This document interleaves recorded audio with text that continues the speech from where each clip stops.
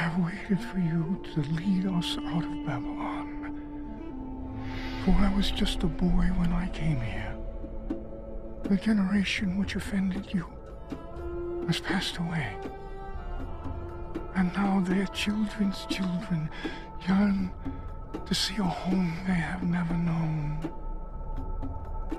You have spoken through your prophet Jeremiah. When 70 years are completed for Babylon, I will come to you and fulfill my gracious promise and bring you back to this land. My heart grows with excitement that now that time has come.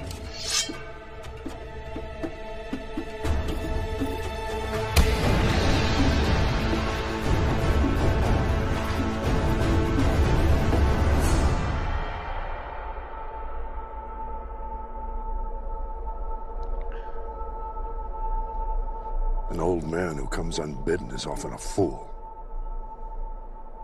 And less often come as assassins. Perhaps a foolish assassin. Forgive us, my king. Do you know whom you address? He's the king of Babylon, ruler of the 4 quarters of the earth, Kurush, in the old Persian tongue. He has seized by might of arms the birthright which would otherwise have been denied him. He is Cyrus the Great.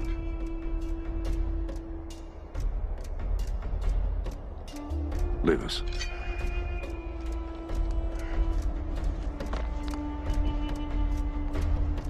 Who are you, old man?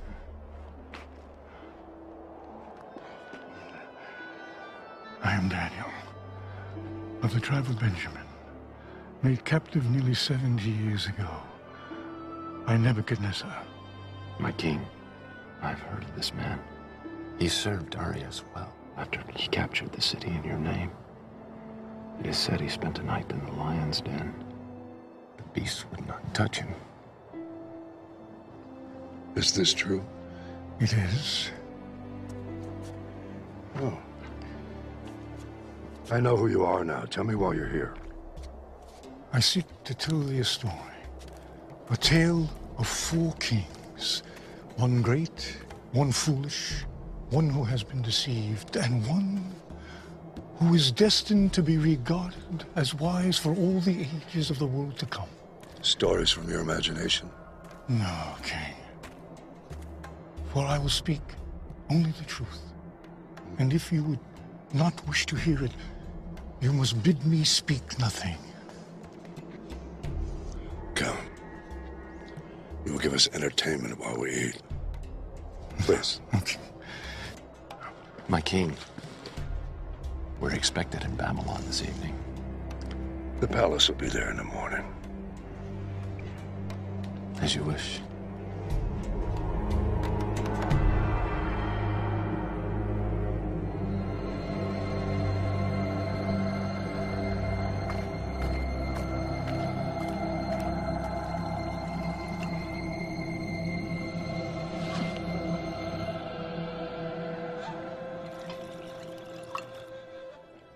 I cannot, O king. My king, the Hebrews eat and drink only their own food, which is prepared according to their rituals. To do otherwise, even from the hand of a king, is to defile themselves. You promised me a tale. 4, in fact. I delayed my journey to listen. I will hear them now. So be it, my lord. The first king I will speak of is Nebuchadnezzar, king of Babylon. When I was just a boy, he threw down the Assyrian Empire, my people's ancient nemesis. But the destruction of Israel's enemies brought us no relief, because in the 3rd year of Nebuchadnezzar's reign, he turned his gaze upon Jerusalem and besieged it. And the Lord delivered the king of Judea into his hand, along with all of his officers, nobles, and administrators.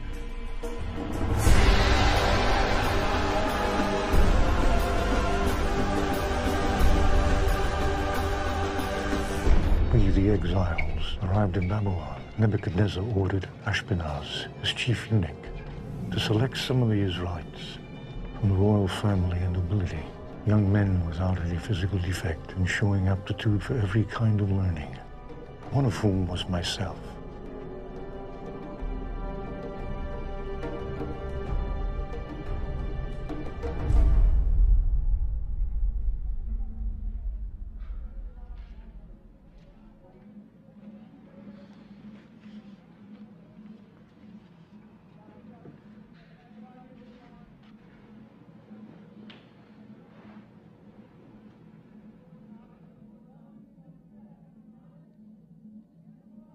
O Lord,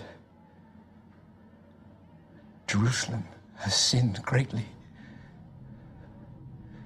Like a widow is she, once great among the nations, a queen among the people, has become a slave, her children captive before the foe. My eyes overflow with tears. For you, Lord, are righteous, yet we rebelled against your command. Comfort me, O Lord, comfort me and my brothers, and restore our spirit.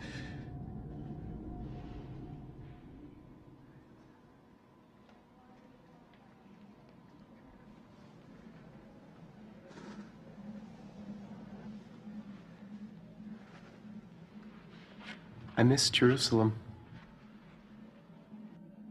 As do I. I fear that we shall never see her again. Have faith, my brothers. I have only begun my studies. But here, the prophet Jeremiah, son of Hilkiah, has written that we shall serve the king of Babylon for 70 years. 70 years is a long time. As punishment for our sins. And even if we were to survive it, we would be very old. Very old indeed. You are summoned for your meal.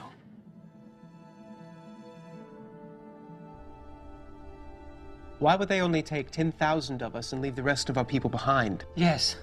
Look at who they've taken. The scholars, the princes, our military leaders, and our families. It's the Babylonian way of conquest. You take away the leaders, and the rest can easily be governed. They've changed our names, hoping we'll forget our God and our clothes, so we'll look like them. They've changed everything about us. We need to make each other a promise. Never to become like them. My brothers, such a promise is worthless, for we are but men. What we need to promise is to always love our God and be obedient to Him. And in so doing, what we become on the outside will not matter. Set it here.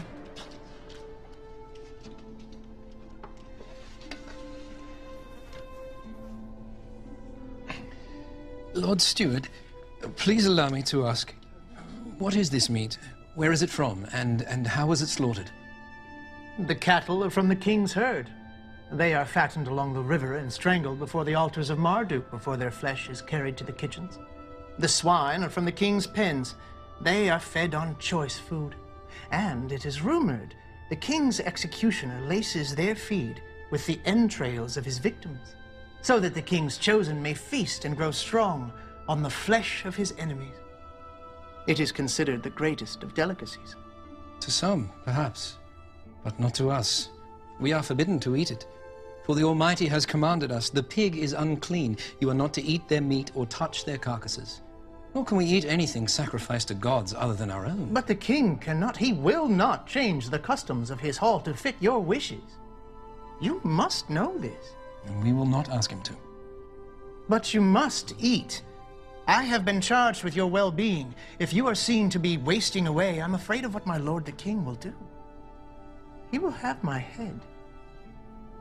And we would not wish it so. Therefore, put your servants to the test. For 10 days, give us nothing but vegetables to eat and water to drink. Then compare our appearance to that of the other young men who eat the royal food.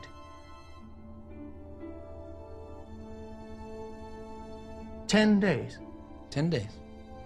And if After that, your appearance is found wanting? Then we will do as you wish.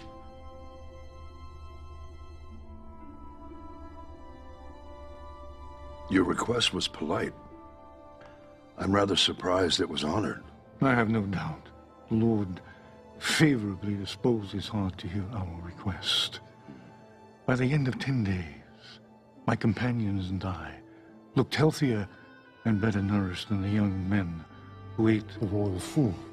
And so the chief eunuch allowed us to continue refusing the wine and choice fare. And we remained undefiled. The period of our instruction went by quickly. During those many years, we were living in a foreign land, speaking a foreign language, and living under a foreign king. But despite this, our hearts belonged only to God. And at the end of that time, my companions and I were presented before Nebuchadnezzar himself. The king's executioner, Arioch, will be in the chamber. If you are found unworthy, you will be executed on the spot. And so will I.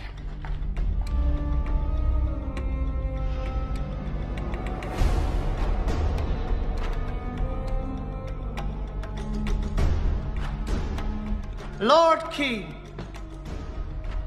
I present you the princes of Judah, preserved by the right hand of your mercy and tutored by the left hand of your wisdom.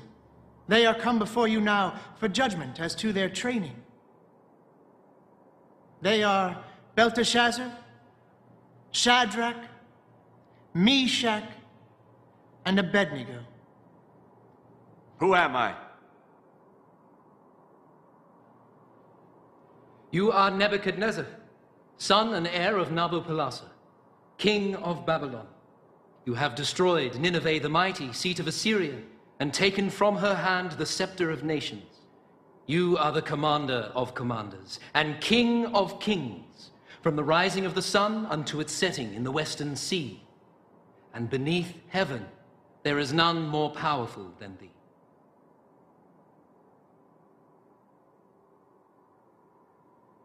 You, come forth.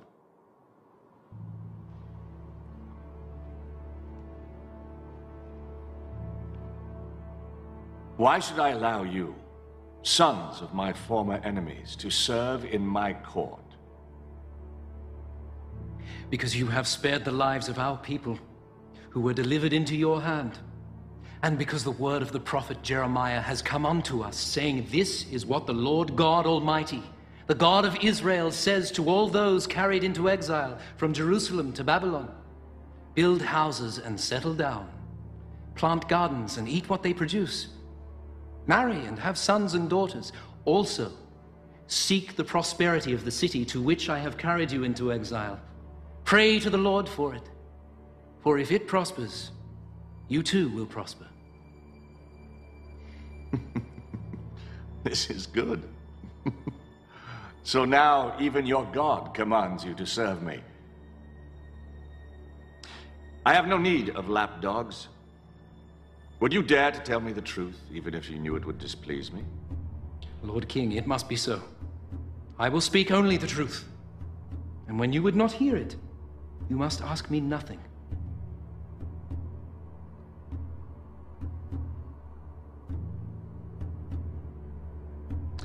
I pronounce them worthy. Have their names be written in the Book of the Wise.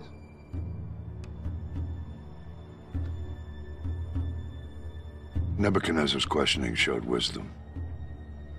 A former enemy can be a good counselor. If they can be trusted.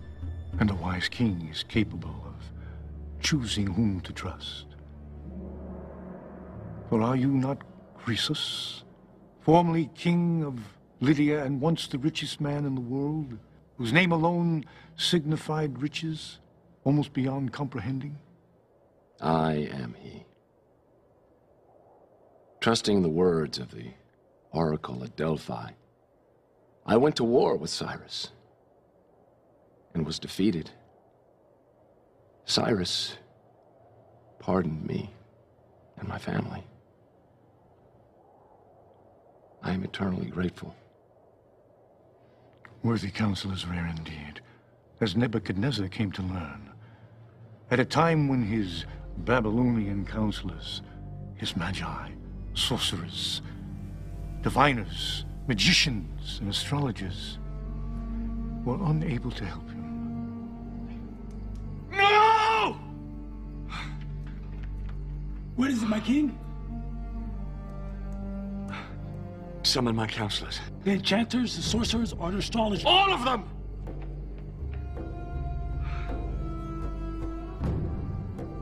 O king! Your wisest subjects have arrived. Command, and it is done. I've had a dream that troubles me. I need to know what it means. O king, tell your servants your dream and we will interpret it for you. No. What need I of wise men who are not wise, Astrologers who read nothing in the stars? Magicians who perform children's tricks? Sorcerers who divine nothing except what I tell them? No. It is enough for the king to dream his dreams. It is up to you to discern and interpret them. But, my lord, if only you would tell us your dream, we could interpret it, as we have always done. Always! I know you're trying to gain time, or trick me into revealing what I've seen. Either way, I'll have none of it. But there's no man on earth who can do what the king asks.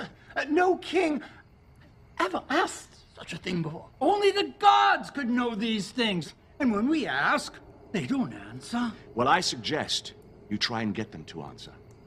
Or beg that they endow you with the necessary skills to divine it on your own. For as I am king, I swear that when the sun rises, if my dream is not made known to me, along with its interpretation, you will all be made shorter by the height of your heads. You may withdraw. Now!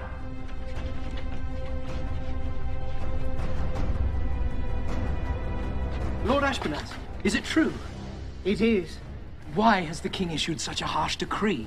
Why don't you come along with me and ask him yourself?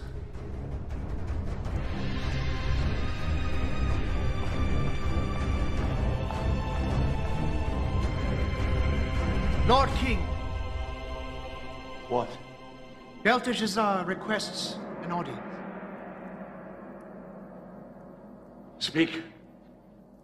O king, live forever. I have heard your decree, and I understand that I shall fall beneath the blade if your dream is not made known and interpreted. I ask only for more time, that I might withdraw for a while, my friends and I, to pray to our God, and see if he might not make the dream known to us. The time is fixed and cannot be altered.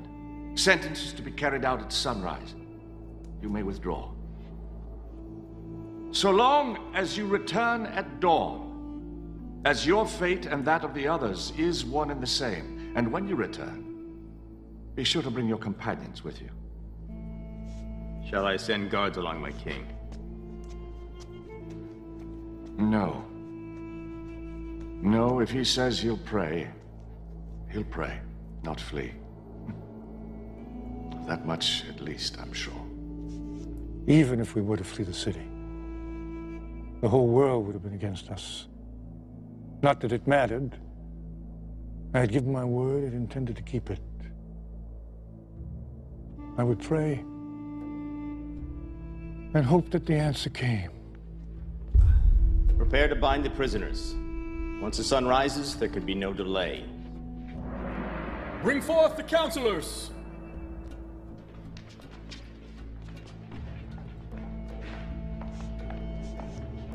O king, live forever. O king, do not execute these men, I beg you. Belteshazzar, your death is upon you as well, unless you know my dream and can interpret it. I am, and I will. Praise be to the God of my fathers forever and ever. He gives wisdom to the wise and knowledge to the discerning. He reveals deep and hidden things and has made plain all that you have asked, for he has shown me the vision of the king. Then speak. As you lay upon your bed, O king, you looked, and there before you stood a large statue, awesome in its appearance, The head of the statue was made of pure gold, its chest and arms of silver, its belly and thighs of bronze, its legs of iron, its feet partly of iron and partly of baked clay. As you were watching, a rock was cut out, but not by human hands. It struck the statue on its feet of iron and clay and smashed them. Then the iron, the clay, the bronze, the silver and the gold were all broken to pieces at the same time, and the wind swept them away without a trace. But the rock that struck the statue became a mountain and filled the whole earth.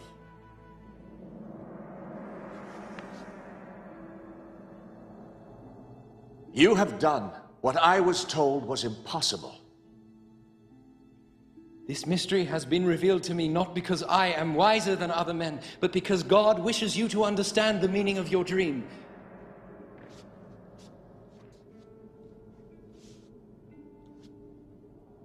You know my dream, as if you dreamt it yourself. What does it mean? You, O king, are the King of kings. The God of heaven has given you dominion and power and might and glory. In your hands he has placed mankind. He has made you ruler over the nation, for you are the head of pure gold. After you, another kingdom will rise, inferior to yours. Next, a third kingdom, one of bronze, will rule over the whole earth. Finally, there will be a fourth kingdom, strong as iron, for iron breaks and smashes things to pieces. But just as you saw that the feet and toes were partly of baked clay and partly of iron, so this people will be a mixture and not remain united any more than iron mixes with clay. And in the time of those kings, the God of heaven will set up a kingdom that will never be destroyed. It will crush those kingdoms and bring them to an end, but will itself endure forever. The Almighty has shown the king what will take place in the future. The dream is true, and the interpretation is trustworthy. I am the head of gold? Yes, O king, you are the head of pure gold. Surely your God is the God of gods, the ruler of kings and the revealer of mysteries. Let this man be paid honor and present him with incense. Thus the king made me ruler over the entire province of Babylon, and at my request made Shadrach, Meshach, and Abednego administrators. King Nebuchadnezzar made an image of gold 90 feet high. All were commanded to fall down and worship, and all did as commanded, except for 3. Live forever! A moment of your precious time. As your dutiful servants, we know the law, that when the horn sounds, we all bow down And worship your image! But these Jews, whom you have set over the affairs of the province of Babylon, pay no attention to you, O king. None. They neither worship your gods or serve the image of gold you have created. Nothing. Is this true? You refuse to worship my statue? O king, we do not need to defend ourselves before you in this matter. Really? Then you shall be thrown into the furnace, and no god will save you from my hand. If we are thrown into the blazing furnace, our God will defend us from it. And if he does not, we want you to know, O king, that we will not serve your gods or worship the statue of... Enough! You dare to defy me? Let the furnace be heated 7-fold. Bind them and cast them into the fire.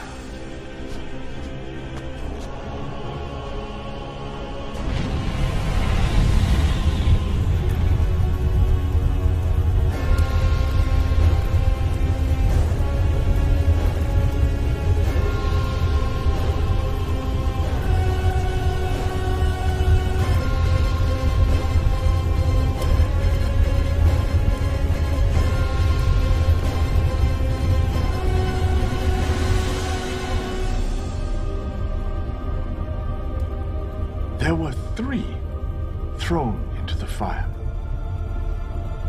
Certainly, O King. But now I see 4. And the fourth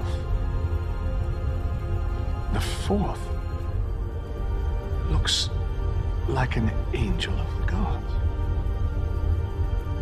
The fire has not harmed your bodies. Not a hair is singed. Your robes, there's not even the smell of the fire on you.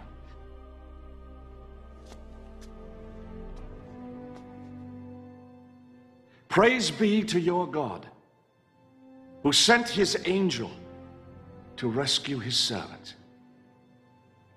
You trusted in him. You defied my commands. You were willing to give up your lives rather than serve any but your own God.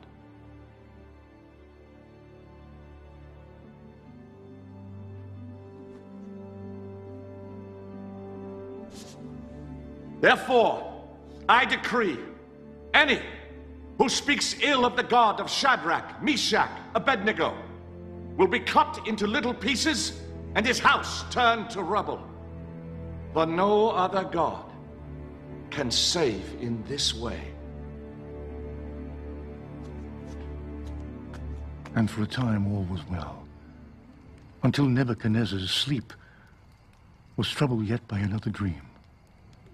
It seems like Nebuchadnezzar's life was rife with dreams and prophecies, much like my own has been.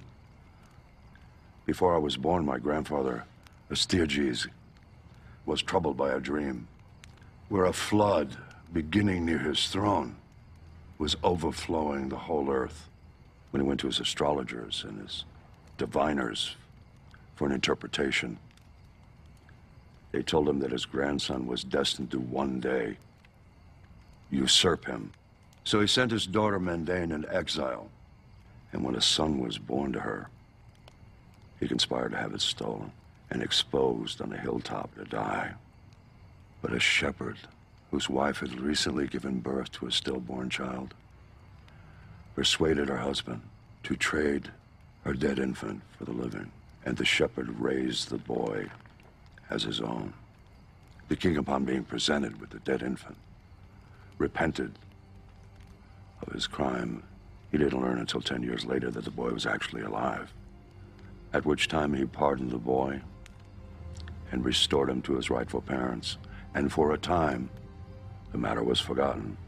Until one day, years later, when you marched into your grandfather's city at the head of your troops and seized the throne of Medea, taking the old man captive, and the prophecy was proven true. Old Astyages, he knew of the prophecy, but he was powerless to overcome it. As all men are powerless to prevent their fate, if the prophesizing be true. Listen then, as I tell of the prophetic vision that led to Nebuchadnezzar's madness. For when he dreamed that great dream, his enchanters, sorcerers, and astrologers were once again unable to interpret the vision. When I was asleep, I had a dream which made me afraid. The images I saw terrified me. Belteshazzar, I looked and saw before me a tree in the middle of the land. The tree grew strong and tall. Its top touched the sky, and it was visible to the ends of the earth. Its leaves, they were beautiful.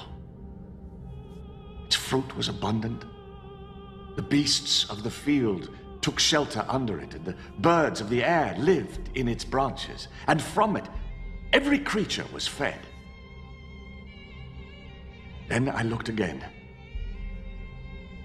and I saw a messenger coming down from heaven, and he cried out aloud, "Cut down the tree, trim off its branches, strip its leaves, scatter its fruit. Let the beasts flee from under it, and the birds fly from its branches."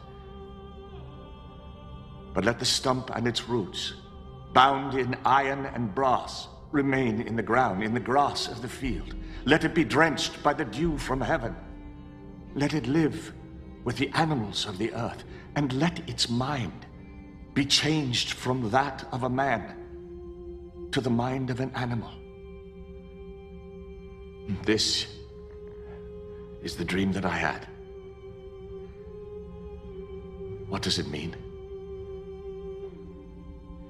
My lord, if only the dream applied to your enemies, and its meaning to your adversaries. The tree which you saw, which grew large and strong with its top touching the sky, you, O king, are that tree. You have become great and strong. Your greatness has grown until it reaches the sky, and your dominion extends to the distant parts of the earth. But you saw a messenger, a holy one, coming down from heaven, saying, "Cut down the tree and destroy it, but leave the stump bound with iron and bronze in the grass of the field, while its roots remain in the ground. Let him be drenched with the dew of heaven. Let him live like wild animals." This is the interpretation, O king. And this is the decree that the Most High has issued against my lord, the king. You will be driven away from people and live with the wild animals. You will eat grass like cattle until you acknowledge that the Most High is sovereign over the kingdoms of men and gives them to anyone he wishes. The command to leave the stump of the tree with its roots means that your kingdom will be restored to you when you acknowledge that the Most High rules. Therefore, O king, be pleased to accept my advice. Renounce your sins by doing what is right, and your wickedness by being kind to the oppressed. Seek the Lord while he may be found. And it may be that your prosperity will continue. But the memory of kings is often short. And 12 months later, when the king was walking on the roof of the royal palace of Babylon. In all the world, is there anything like this? No, my king. My great wall, which, mountain-like, cannot be moved, I've made with mortar and brick. Its foundations I've placed upon the very bosom of the underworld. Its top I've raised mountain high. Is this not the great Babylon that I have built as my royal palace with my mighty power for the glory of my majesty? His words were still on his lips when a voice came down from heaven. Nebuchadnezzar, for your arrogance and your failure to give glory to the Most High, your authority is stripped from you. Go now from this kingdom which you claim. Your mind shall be reduced to that of an animal, and you will wander the land until you acknowledge the glory of God as above your own. Immediately, what had been said about Nebuchadnezzar was fulfilled.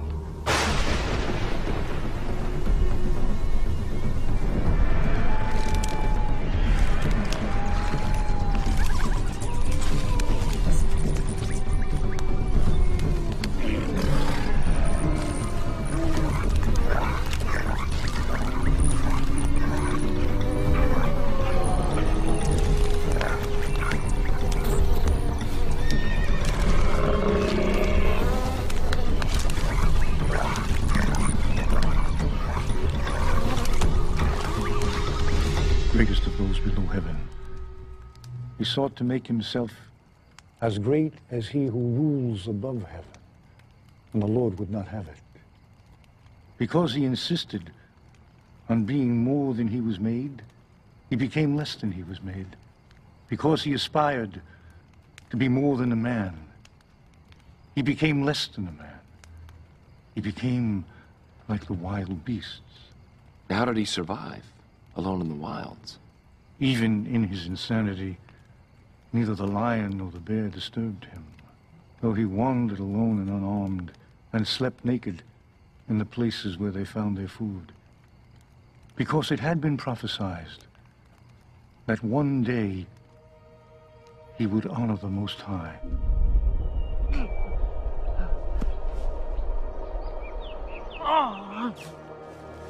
For 7 years he ranged the wild lands of Babylon. But it was not until the full time of his exile was completed that he turned his eyes toward heaven and declared, Praise be to the Most High. Honor and glory to him who lives forever. Rise, Nebuchadnezzar.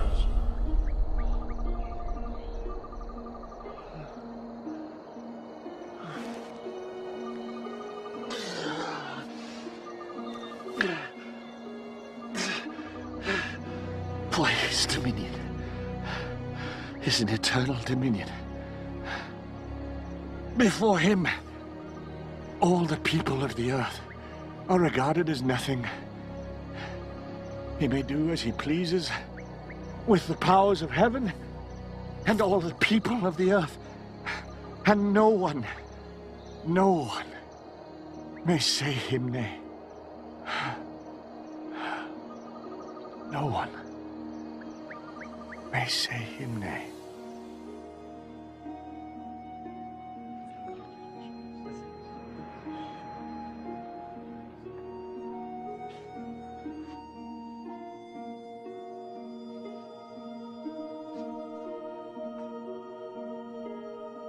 Beware your place, for I am not as I was. Let it be recorded that I, Nebuchadnezzar, do praise, exalt, and glorify the King of Heaven, because everything he does is right, and all his ways are just. And those who walk in pride, he is able to humble. And so Nebuchadnezzar returned to his throne. But eventually he was gathered to his fathers, and a series of new kings came to the throne, none lasting more than a short time. You're about to tell about the downfall of Babylon, are you not? I am. Well, at last we come to the part of the tale where I have some knowledge to share. For though I had conquered from east to west, Babylon was the last to resist me, and I dreaded its siege. For Babylon's wealth had allowed her to lay in enough grain to last for years. And her towers, walls, and gates were so formidable that even untrained men could defend them with ease. Walls too high to scale, with parapets wide enough for chariots to patrol them, and a river-fed moat to cross before even getting there. It was enough to freeze the heart of even an old soldier such as I am. Then one night as I lay on the ground, courting sleep that would not come, a thought came to me. From whence it came, I do not know. Like some spirit of God whispered it in my ear. But the river Euphrates, which flowed down to Babylon, raised above its natural level, hemmed in by dams and dikes. But if dams were opened full and the dikes were broken, the river, which ran straight through the heart of the city, would fall to nothing. An army poised and ready to strike could march into the city on its dry riverbed, underneath the gates designed to repel ships when the river was at its normal level. And I suddenly realized I'd been given the key to defeat the mighty Babylon. It was as though in all the world, throughout all of history, I was the only one that had the thought. All it required was the right moment to act. A night when every man in Babylon, from the least to the king himself, would drink himself ill in honor of their gods, who were naught but worthless idols and could not protect them. Listen, O king, and I will tell of the second king of my story, Belshazzar, king of Babylon. Both foolish and wicked of equal measure.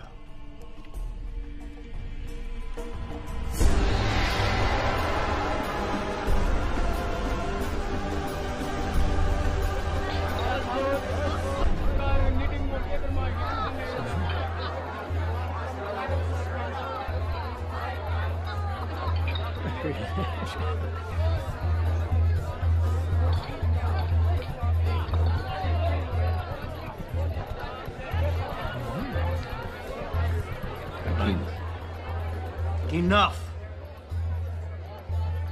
We still have our threefold walls with their battlements. And within our granaries, we have grain enough to endure a siege of 10 years. Our watchmen have seen the Persians digging, my lord. They seem quite concerned about this, my king. Yes, yes, they will look to build a siege ramp against the city. But first, they must build a causeway across the moat. That alone will take months. In the meantime, let us feast and toast Marduk, the patron god of Babylon. Marduk!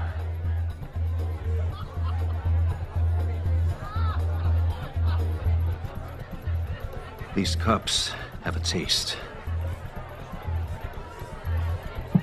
and I will not have it so.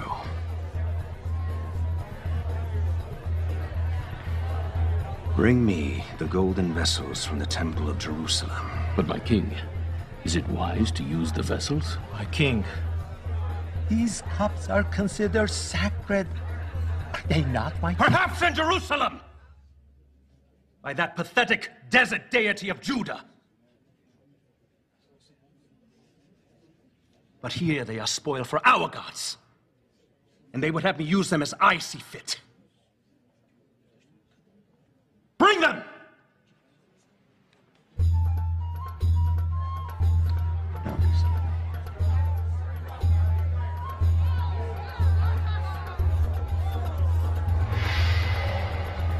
Yes. You see these vessels? In Jerusalem, they were used for the worship of their god. Now, instead of the blood of bulls and rams, let them flow with foaming wine. For I am not a devourer of blood. I am a devourer of drink. And choice fare. To Marduk, the god of our city. Marduk! And to our idols of gold and silver, bronze and iron, wood and stone, partake of our pleasures and protect our city.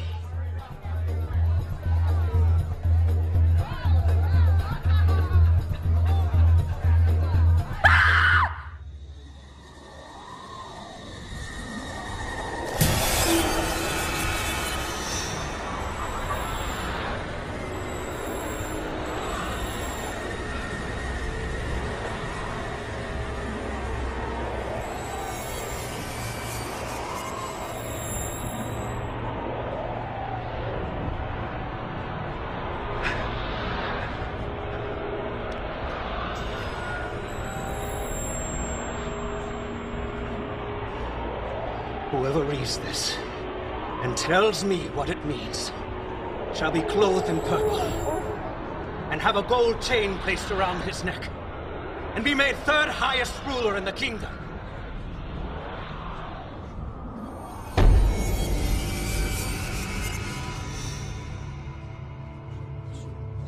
And all the king's wise men came in, but they could not interpret the inscription or tell the king what it meant.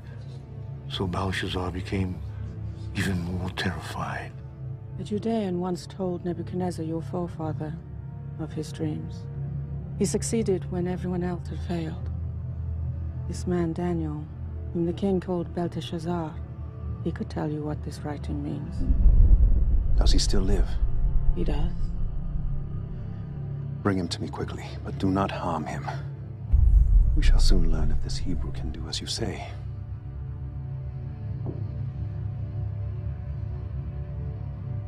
Nothing, it would seem, is too sacred not to be profaned under the influence of wine. Nothing.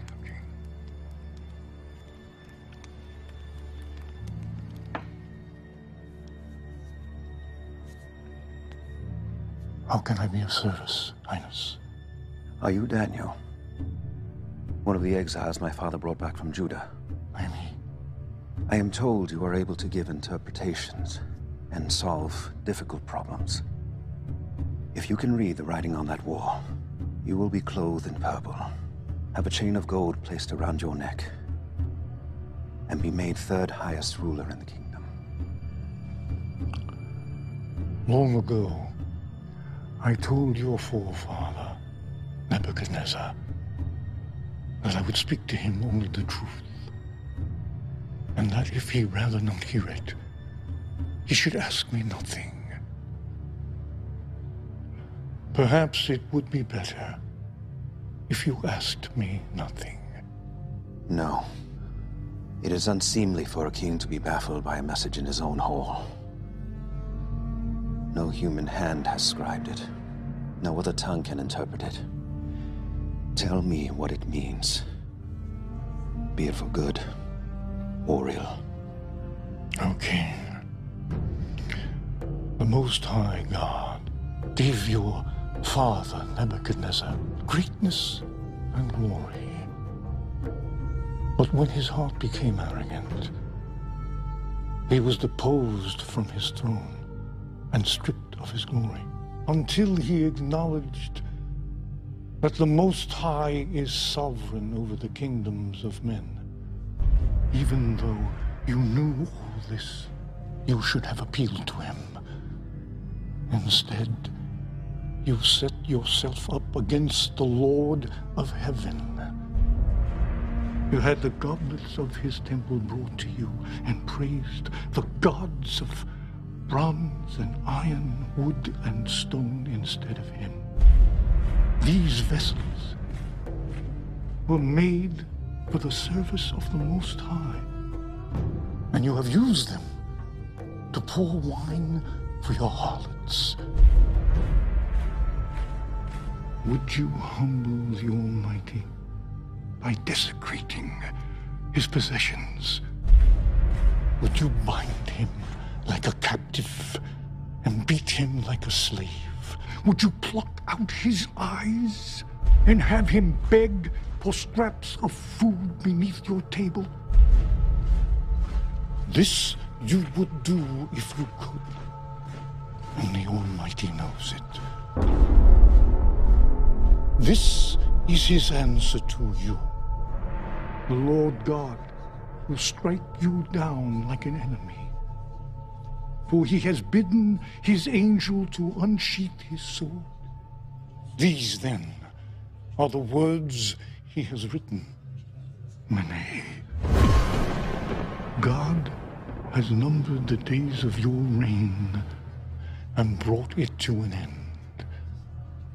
Tekel, you have been weighed in the scales and found wanting.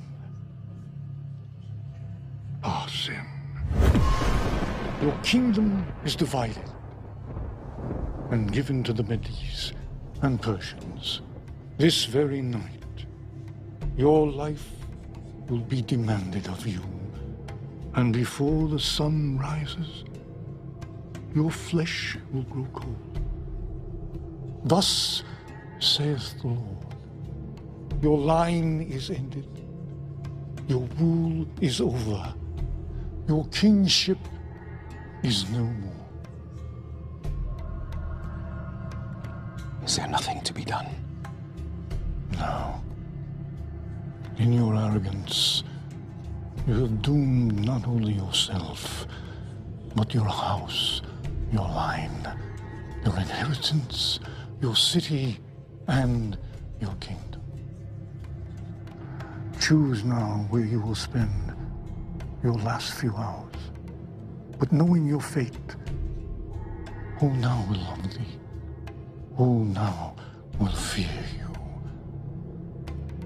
Will the least of your slaves comfort you, or will they desert you, seeking to avoid the fate which is yours?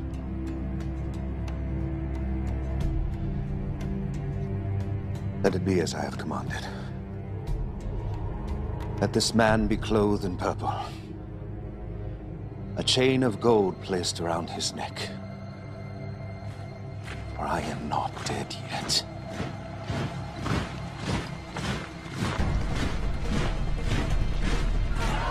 All hail King Darius!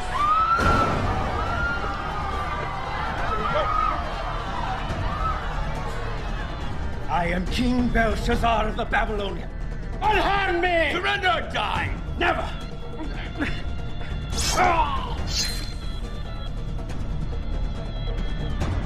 Send word to Cyrus the city's taken in his name.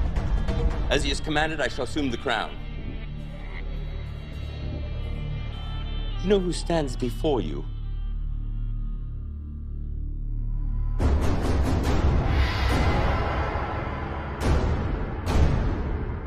You are Darius, a Mede-Persian, uncle and father-in-law to Cyrus, who has, by stratagem, taken this city. By right of conquest, you are now her king. Yes. And you're an official of Babylon. Why should I not kill you? It is true I served Babylon in the days of Nebuchadnezzar, whom I served truly and well.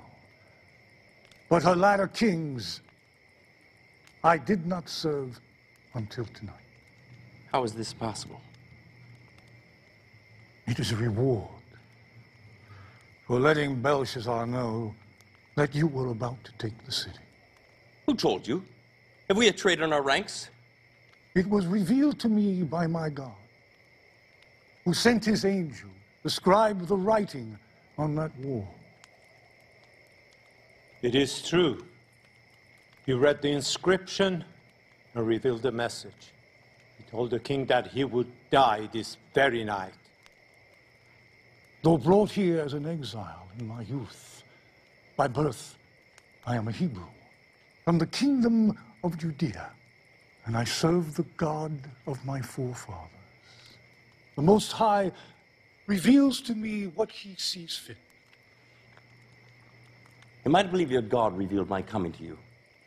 If I was to lie, would this be the lie I would choose? Who else could have revealed your deepest secret?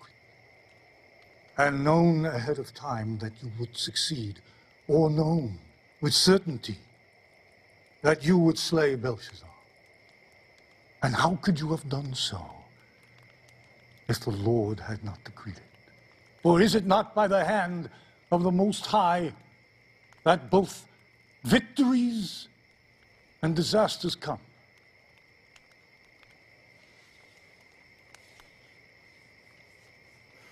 I would have you put this gift of divination at my service. Yet how do I know I could trust you, Hebrew? I will speak to you honestly, my king. And when you would not hear the truth, you must ask me nothing. So be it. I see by your insignia you were made third in all of Babylon. That is not the Persian way. For below me I have 3 administrators, all of equal rank. Yet I shall name you one of the 3. What are the other counselors? Slay them. If they were loyal to the former master, they're no good to me. If they were disloyal to him, then they will be disloyal to me. Ah, Darius. He's twice my uncle, by blood and marriage, and serves me well as co-counsel to my empire. As it pleased Darius to appoint 120 satraps to rule throughout the kingdom, with administrators above them, one of whom was me. But before long, I so distinguished myself that Darius planned to set me over the whole kingdom. Which would cause great envy among the others. Yes, O king. So they called a meeting in secret to plan for my destruction.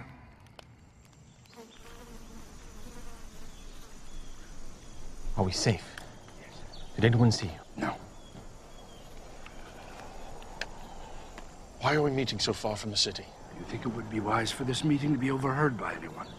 Are you sure you weren't followed? Not unless whatever's following has wings. We don't have much time. Daniel being put over us, if we allow it to stand, means our demise. Once he is in charge, he'll be looking into everything we do. Perhaps we should eliminate him.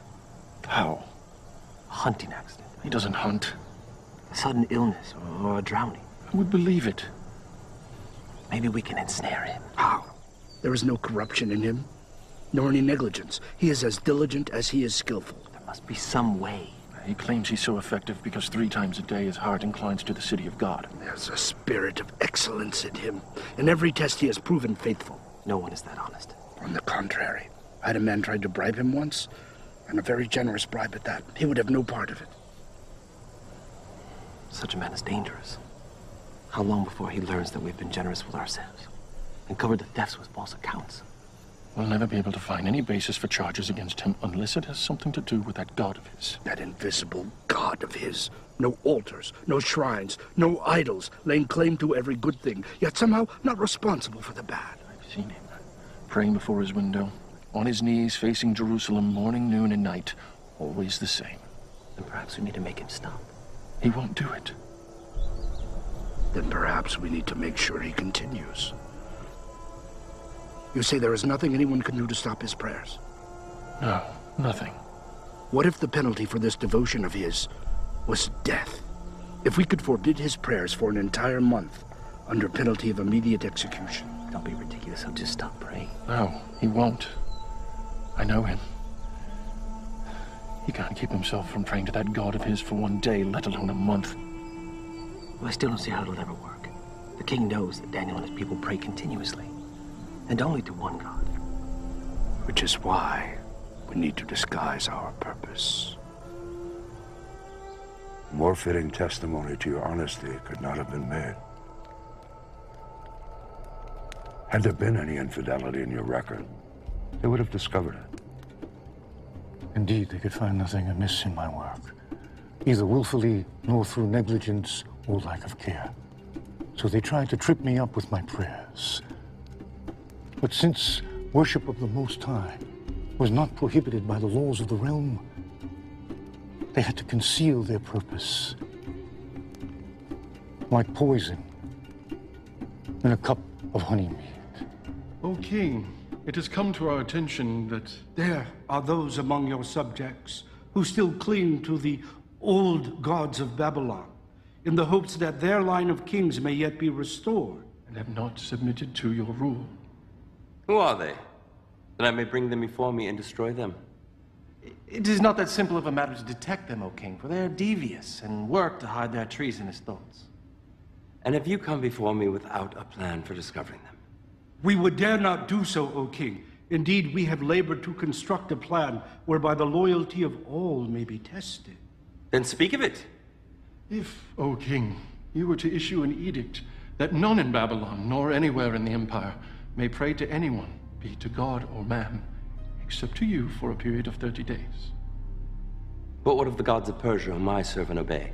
Well, you alone, O king, would be free to pray to them and offer them sacrifice. You would stand as a priest before all the peoples, and in this way ingratiate yourself to the gods themselves, because for an entire month, all of their worship would come from you. Thus, their worship will continue through you, and the old gods of Babylon will be starved for worship, lessening their power. How would you enforce such an edict? No one would be allowed to go before any altar or shrine for the entire period, except for you. And anyone found violating the decree would be thrown into the lion's den before sundown on the very day of the offense. In this way, their treason would be discovered and eliminated in a single stroke. I approve your plan. I, Darius, command it be made so. In anticipation of your approval, O king, we have taken the liberty of drafting the edict and bringing it along. Well done. Bring it here that I may fix my seal.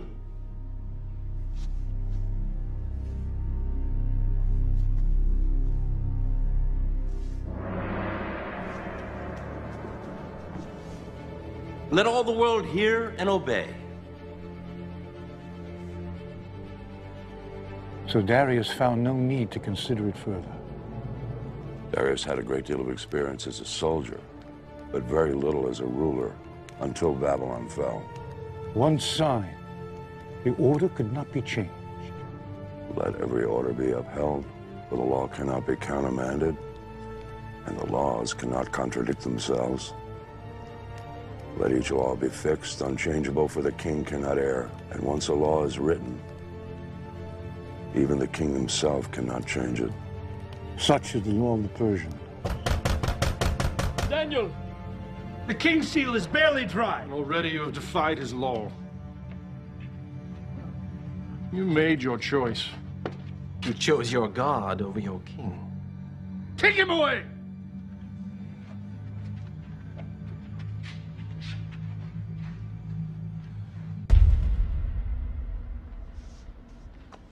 O king, it is my sad duty to inform you that someone has already defied your decree. Bring him to me. Bring forth the prisoner!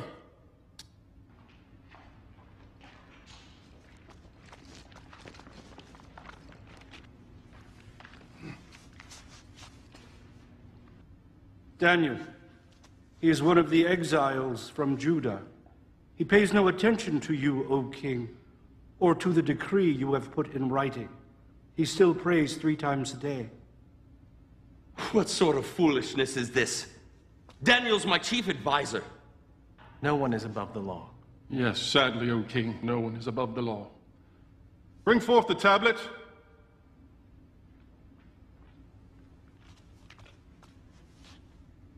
Is this not the edict from the king, signed with your own seal? Let it be known that for the next 30 days, anyone who prays to any god or man other than Darius the king shall be thrown into the lion's den on the same day the offense is discovered.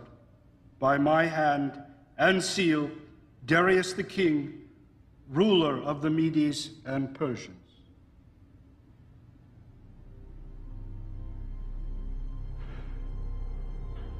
Call my counselors together. We will begin the trial. O king, live forever. There is no need of a trial. I am guilty. Knowing the king's command, I have disobeyed it. The commands of the king are immutable, and once uttered, cannot be changed. I shall command my wise men to make every effort to search out some reason that the law may be found unenforceable.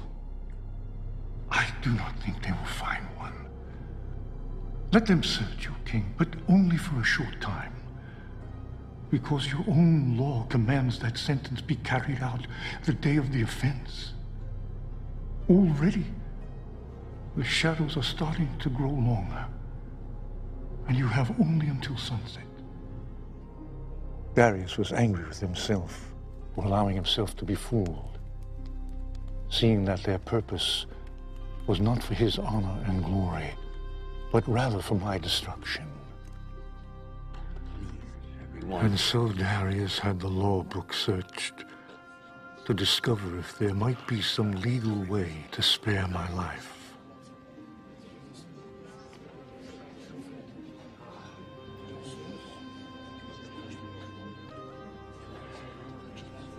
It is as I expected. Why didn't I consult you before passing that accursed law? Now I'm forced to abide by my own decree. A king who will not enforce his own laws cannot be a king. Your enemies know this and use it to their advantage. Do not grieve, O king. The Most High does not want you to deliver me. If he grants me deliverance, it will be by his own hand, not yours. It is a privilege he reserves unto himself.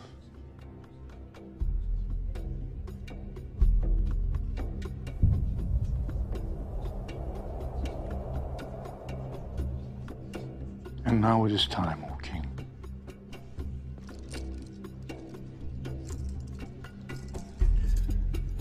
That I may not break your laws a second time. I will walk with you, Daniel. One last time. As you wish, O king. For those who have schemed to bring about my death, I will say only this. My forefather Abraham came from this land, and the Most High said unto him, I will make you into a great nation. I will bless those who bless you, and whoever curses you, I will curse. They have surely cursed me, and may yet live to reap the fruits of that curse.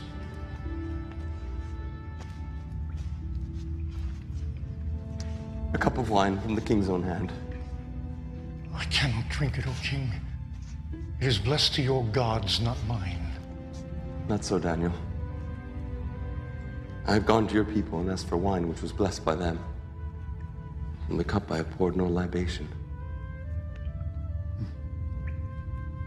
One last gesture of friendship. My king.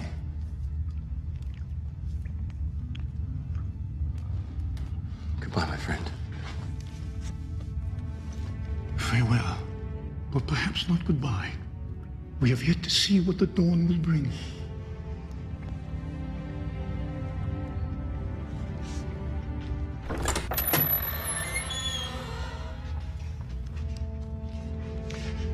Hear, O Israel, Lord our God.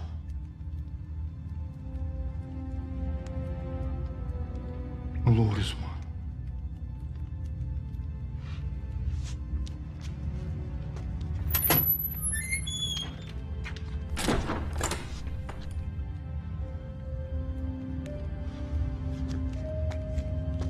He is angry with us. It will fade.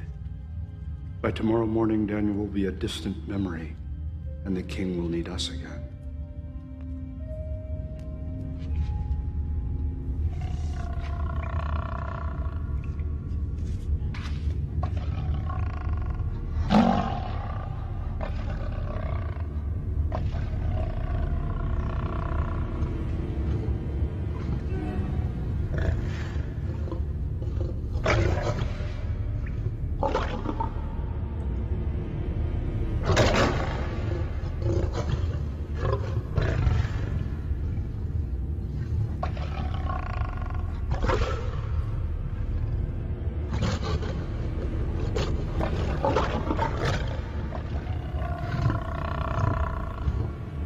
Have mercy on me, O God.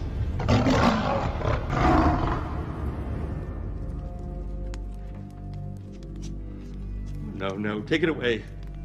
All of it. Tonight I honor Daniel in silence and with fasting. Now leave me!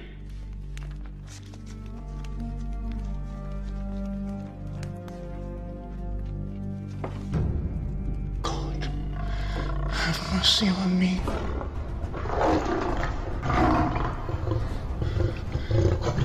In you my soul takes refuge. I am in the midst of lions, surrounded by ravenous beasts, whose teeth are spears, whose tongues are sharp as swords. I call upon your name, O Lord. From the depths of the pit, hear my plea. Come near. You say, do not fear. O Lord, take up my case. Redeem my life.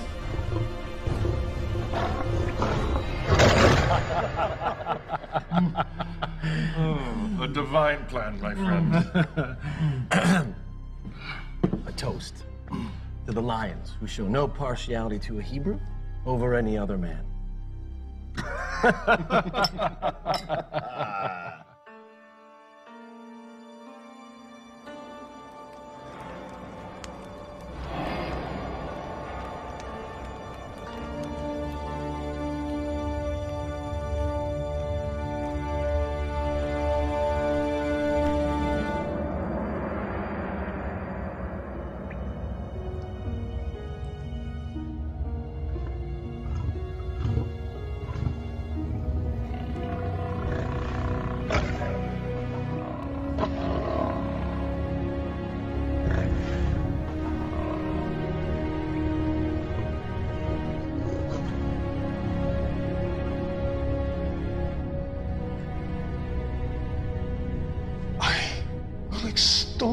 Lord at all times.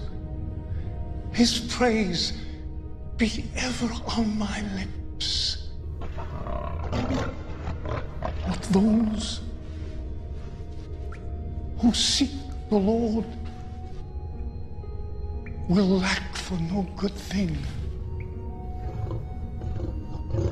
A righteous man may have many troubles, but the Lord rescues him from them all.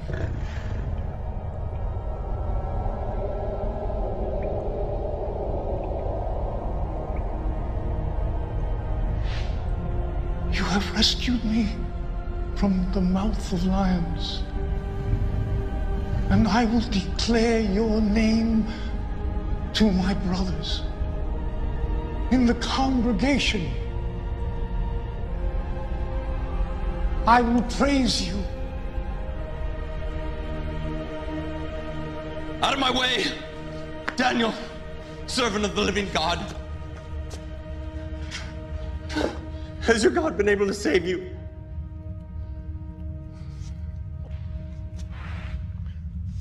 O King, live forever. My God has sent his angel, and he shut the mouth of the lions. They have not hurt me, because I was found innocent in his sight. Come forth.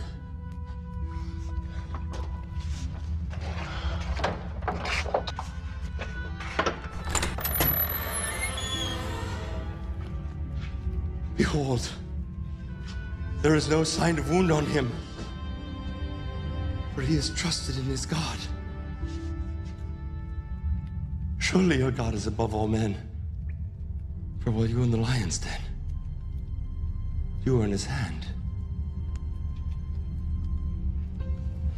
How much must the man pay if he steals another man's treasure? With his hands, perhaps. But what if that man who is robbed is the king, and the treasure is prized possession? Is there any penalty less than death which will do? If so, speak now and let me consider it. But, O King, he is a Hebrew. Why should you put such trust in him? This Hebrew is the greatest treasure I possess. He speaks to his God, and more importantly, his God speaks to him. You have deceived me as to your purpose. You fashioned my own words as a snare about my feet, knowing my edict could not be reversed. But the living God, the God of Daniel, has delivered him out of my hand. For 6 days they have hungered, but today they shall feed. No, no, no, no, no, no,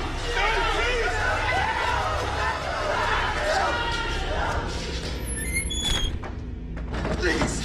Please, my king. Please. You fools! Did you not think I would punish you? No, my king.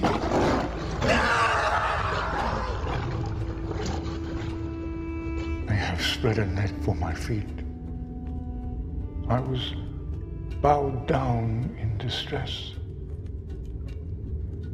They have dug a pit in my path, but they have fallen into it themselves.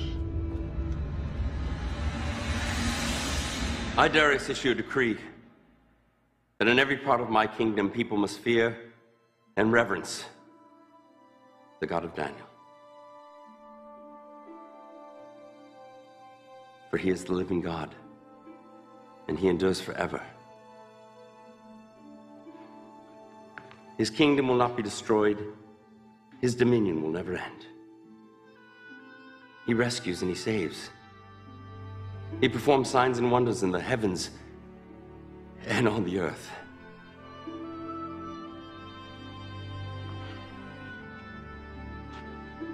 He has rescued Daniel from the power of the lions.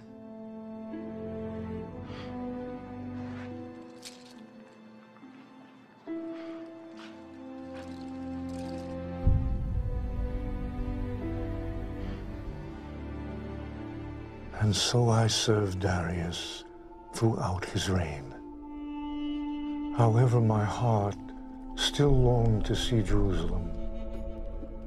For 70 years I had waited, and I knew our time was near.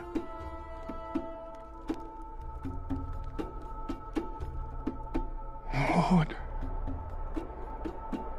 through your prophet Jeremiah, when 70 years are completed for Babylon, I will come to you and fulfill my gracious promise and bring you back to this land. My heart grows with excitement that now that time has come.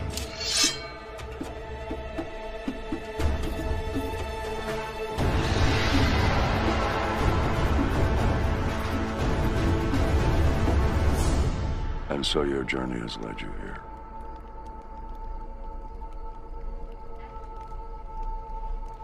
You've spoken of three kings, Nebuchadnezzar the mighty, Belshazzar the foolish, and Darius, who was deceived. Who is this fourth king? It is he of whom these scrolls speak. It is one chosen by the Most High to perform great and mighty deeds. Before he was ever knitted in his mother's womb.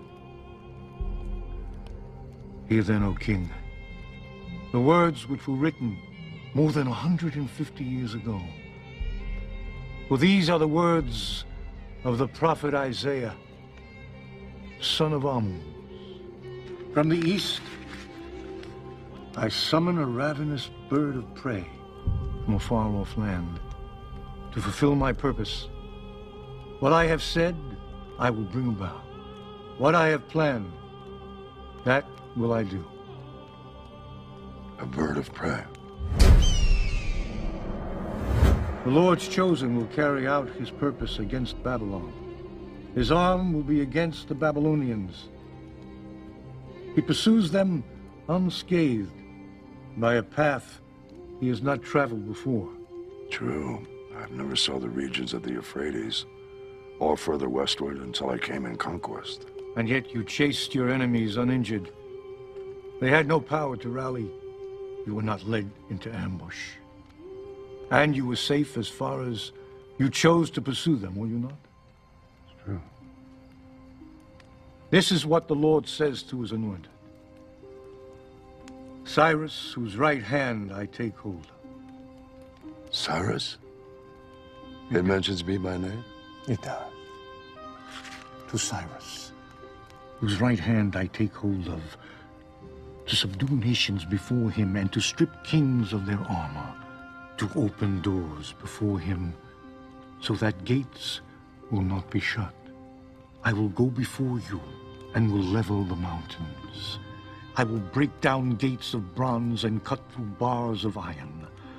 I will give you the treasures of darkness, riches stored in secret places, so that you may know that I am the Lord, God of Israel, who summons you by name.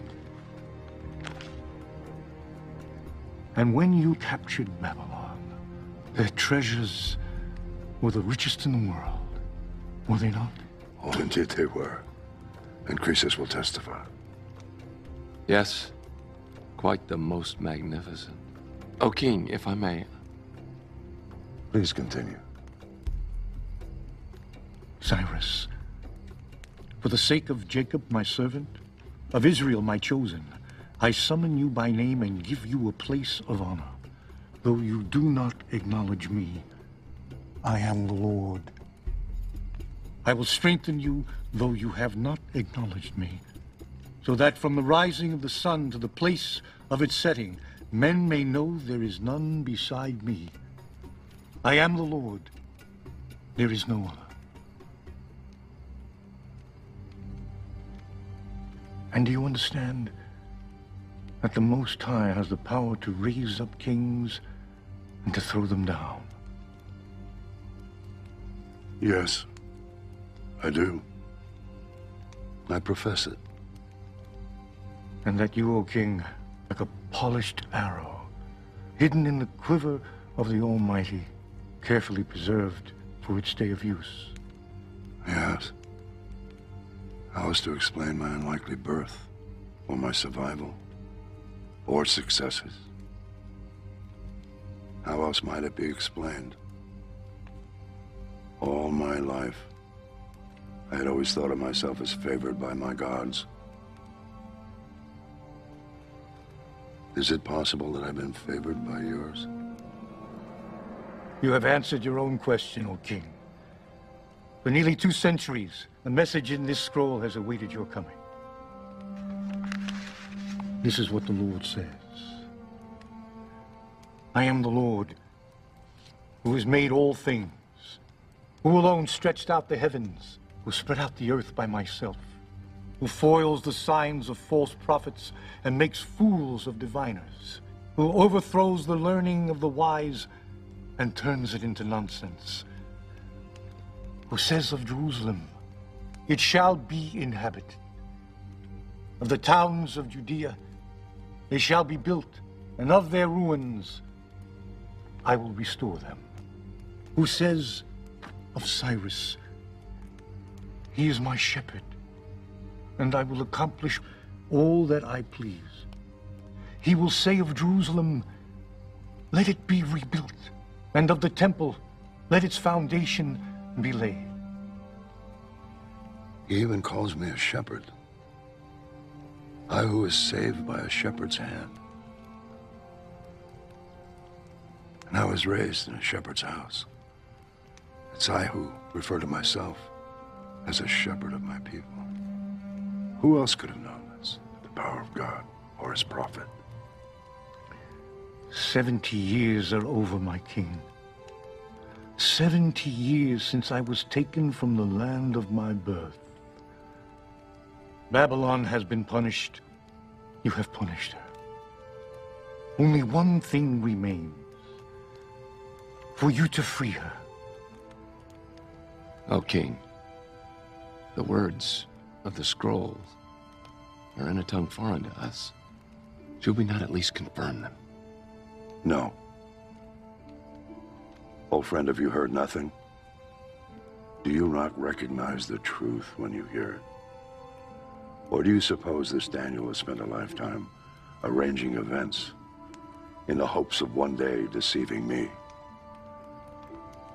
Your God has called me a shepherd, and so to your people I shall be, to rescue them from wolves and tyrants, to gather them gently, and to relieve them from bondage, and provide for their return.